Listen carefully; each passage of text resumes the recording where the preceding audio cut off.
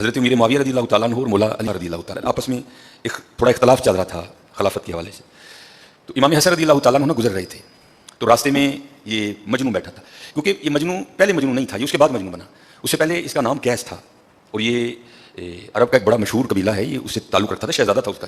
تو حضرت کا جب گزر ہوا تو آپ نے دیکھا کہ قیس بیٹھا ہے، تو آپ آ گئے اور آپ نے آ کر قیس سے پوچھا، قیس تیرا کیا خیال ہے، خلیفہ کسے ہونا چاہیے، حضرت علی کو ہونا چاہیے کہ حضرت امیر معاویہ کو؟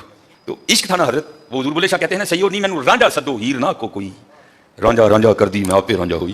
اس کو کیا کچھ یاد رہا تھا، وہ خاموش رہا. امام نے پھر اپنا سوال دہرایا، آپ نے فرمایا کہ میں تجھ سے پوچھ رہا ہوں خلیفہ حضرت علی کو ہونا چاہیے یا حضرت امیر معاویہ کو؟ تو آگے سے کیس جواب کیا دیتا ہے، حضرت نہ تو خلیفہ حضرت علی ہونا چاہیے نا حضرت امیر معاویہ. تو آپ نے فرمایا پھر تیرے خیال سے خلیفہ کسے ہونا چاہیے؟ تو کرتا ہے حضور خلیفہ تو میری لیلا نے ہونا چاہیے. وہاں پھر حضرت نے فرمایا تھا انت مجنون، تو دیوانہ ہو گیا.